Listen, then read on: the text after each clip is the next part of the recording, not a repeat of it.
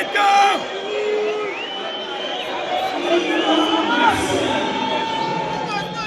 faut nous expliquer quelque part de danse avec un message particulier, un message assez spécial.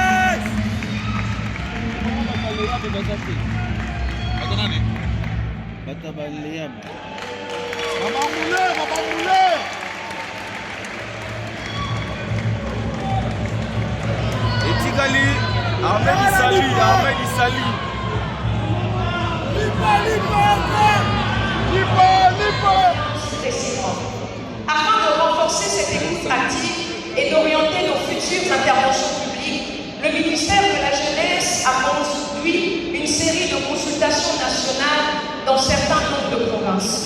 Cet exercice nous a mené jusqu'à Béni, dans la province du Nord Kivu, au plus près des zones encore éprouvées par l'occupation et l'insécurité, comme pour signifier que la République n'abandonne aucune portion de sa jeunesse et que la parole des plus exposés compte autant plus que celle des mieux protégée.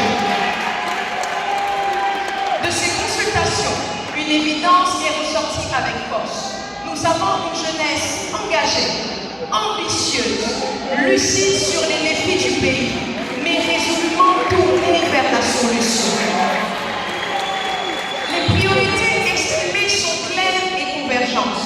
Il s'agit de l'emploi, de l'accès au financement, de la formation technique et numérique et de l'amélioration du climat des affaires pour les jeunes entrepreneurs, de l'inclusion sociale, de la santé mentale, ainsi que du développement d'infrastructures éducatives, sportives et culturelles.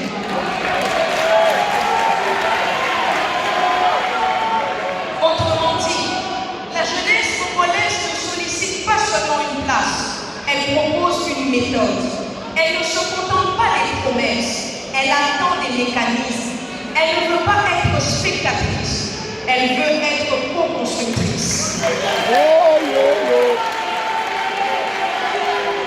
C'est dans le prolongement direct de cette dynamique que nous avons organisé du 3 au 5 décembre, ici même au stade Dakar-Raphaël, le village des opportunités.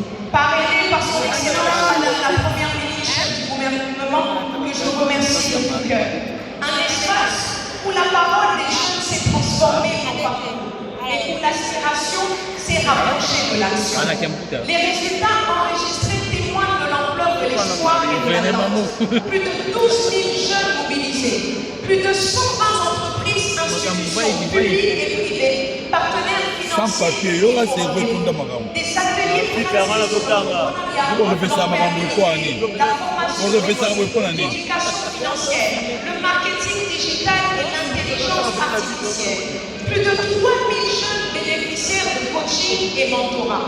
L'ouverture des perspectives d'insertion et de formation avec plusieurs institutions financières et acteurs privés. Grâce à un partenariat structurant, plus de 750 jeunes recrutés, dont 500 retenus pour des formations spécialisées et des stages pratiques. Et plus de 13 jeunes s'emploient et entreprennent. Excellence, vous avez ici un témoignage produit, l'action collective lorsqu'elle est bien orientée. Leur présence n'est pas seulement une fierté, elle est la preuve que votre vision pour la jeunesse est en train de se traduire en trajectoire réelle, en compétences renforcées et en destin remis en mouvement. Excellence, Monsieur le Président de la République, depuis 2019, vous avez voulu faire de la jeunesse un pilier de votre action et de votre vision de transformation nationale. Ce face-à-face le confirme. Nous ne sommes pas dans un événement ponctuel, mais dans une trajectoire politique assumée. Vous avez ouvert un chemin. Notre devoir est de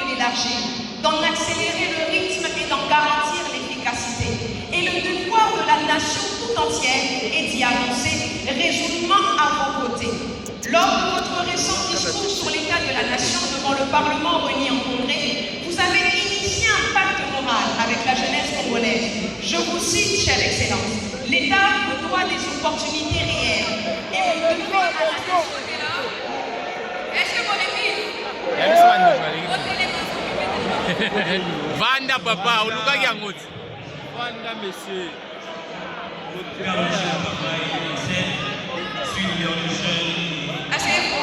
Aïe, ça les a été fanda sur la moto. S'il vous plaît, s'il vous plaît. Monsieur le Président, vous êtes le garant Permettez-moi de vous féliciter par rapport à l'accord signé le 4 signe de votre combat de la lutte pour la paix et l'intégrité nationale. Merci. Monsieur le Président, face aux efforts très considérables de Madame la ministre de la Jeunesse, je profite pour vous remercier d'avoir... Question.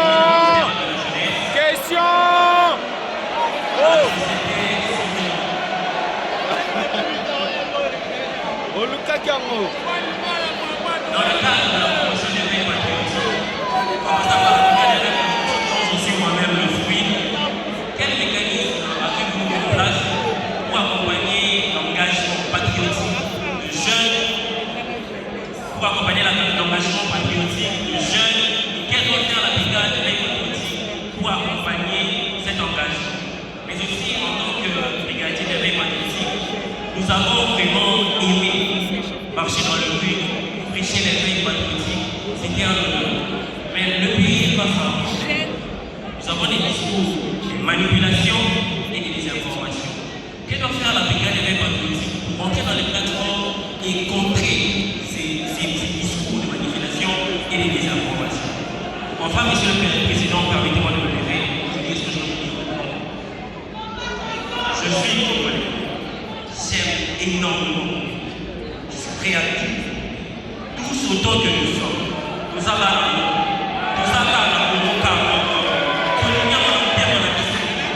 Monsieur le Président, en tant que brigadier, est-ce que vous pouvez penser à décréter une journée pour l'éveil patriotique qui sera dénommée la journée du patriote congolais? Ça permettra du plus petit, du plus grand, de parler de cette flamme patriotique que nous sommes. L'entendre d'abord. Et son premier test, elle l'avait passé brillamment. C'est lorsqu'on lui a posé la question de savoir numéro 1. Quelle est sa mission, quelle est sa vision pour la jeunesse de la République démocratique du Congo. Et ce jour-là, j'avais compris que j'ai trouvé la personne adéquate.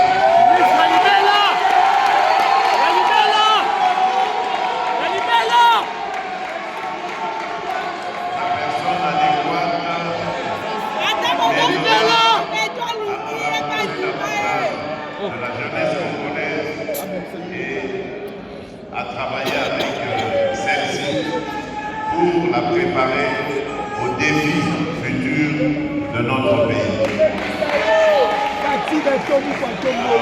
J'ai beaucoup aimé cette question du combat qui fait en fait allusion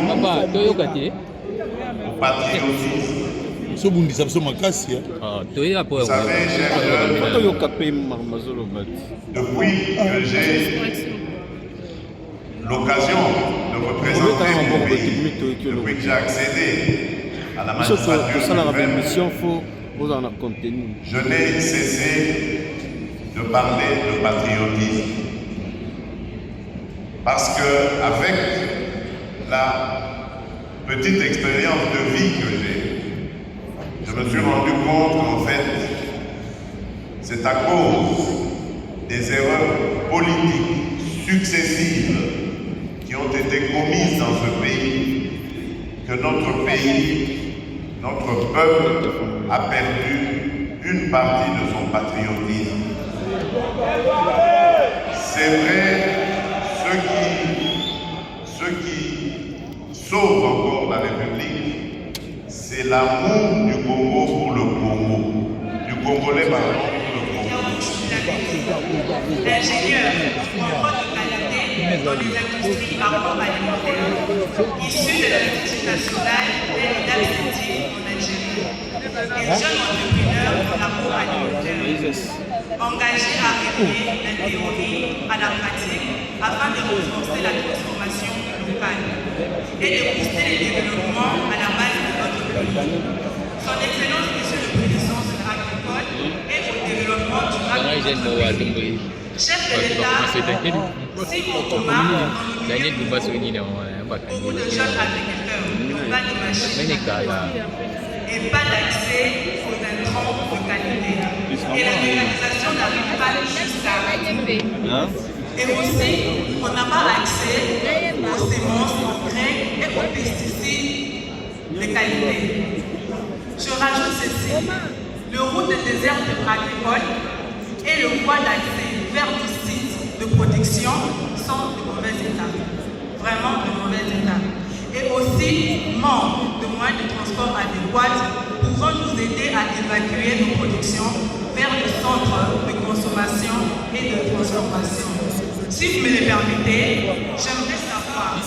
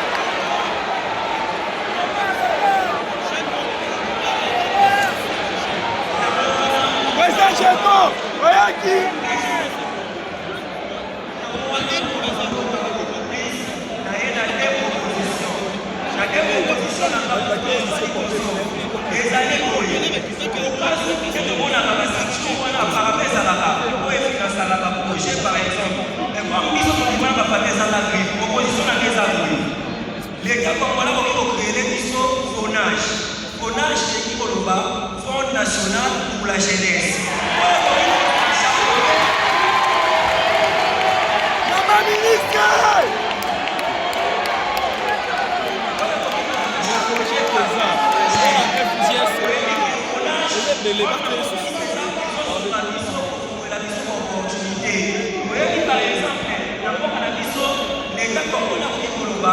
Nous avons accepté 500 projets, par exemple, par année. Ça serait tellement possible que nous sommes jeunes, nous sommes millionnaires. Ça serait tellement possible que ma rêve, nous sommes réalisés à mort, même par Nigeria, on a une part à Bisso. Comment on a dit qu'on a un problème, et les qui est aidé, le Parlement, le financement par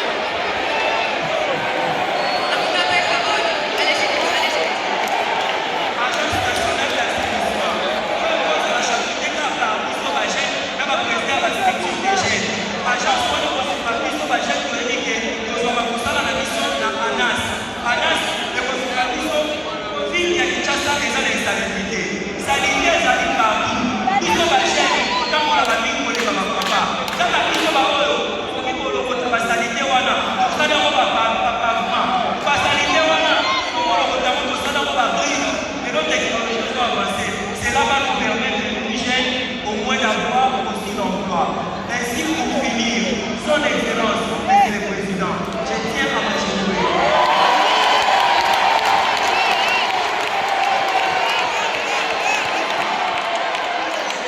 Je dirais plus ce que nous espérons. C'est une deuxième session dans laquelle il aurait un petit peu plus de temps et ça permettrait à plus de personnes, plus de jeunes, de pouvoir parler, non seulement de poser des questions par rapport aux problèmes, mais aussi il y a des jeunes qui réfléchissent déjà à des solutions. Et nous faisons partie de ces jeunes-là. Moi je suis Yves Sido, je suis coordonnateur national de l'ASBL Bana Congo, mouvement citoyen, Congo avec un K. Nous travaillons beaucoup sur 3 secteurs qui sont l'identité, authenticité pour la jeunesse, le développement communautaire avec la création d'emplois, pousser beaucoup sur l'agriculture et la transformation des produits agricoles, ainsi que assainissement du milieu et environnement. Donc nous espérons bien que la ministre de la Jeunesse, son Excellence Basse, puisse pousser le chef de l'État pour qu'on ait réellement cette deuxième opportunité de pouvoir échanger avec lui. Et cette fois-là, nous viendrons pour apporter des solutions aussi à certains problèmes, même que les jeunes ont posés ici. Il y a une jeunesse qui réfléchit, il y a une jeunesse qui anticipe aussi les choses, puisque nous parlons de notre avenir et nous voulons aussi nous prendre en charge et aider le chef de l'État ainsi que le gouvernement dans les actions qui sont déjà en train d'entreprendre à notre avantage. La population congolaise et plus particulièrement les jeunes de la République démocratique du Congo qui sont attachés aux valeurs républicaines. Et le président, ce qui m'a aussi beaucoup plus touché, c'est du fait qu'il insiste sur les réveils du patriotisme. Il ne faudrait pas que les gens continuent à croire que l'on peut vivre sans l'Est de la République démocratique du Congo. Le danger est permanent et il faudrait que chacun de nous puisse jouer son rôle. Le rôle consiste à rappeler aux gens que ce pays nous appartient et que nous ne perdrons jamais même un centimètre du territoire national. Donc chacun doit le maintenir comme cela. Et nous allons lancer bientôt une descente dans l'ensemble de la République démocratique du Congo pour pouvoir davantage réveiller et même éveiller l'esprit patriotique. Le Congo est le nôtre. Saisissons l'opportunité avec un président de la République qui aime ce pays, qui aime la jeunesse, qui donne tout son temps à la jeunesse. Je vous dis que ce sont des choses qu'on n'a pas vécues ici en République démocratique du Congo. Donc, saisissons l'opportunité et vous, la presse, continuez à nous accompagner dans cette démarche. Merci.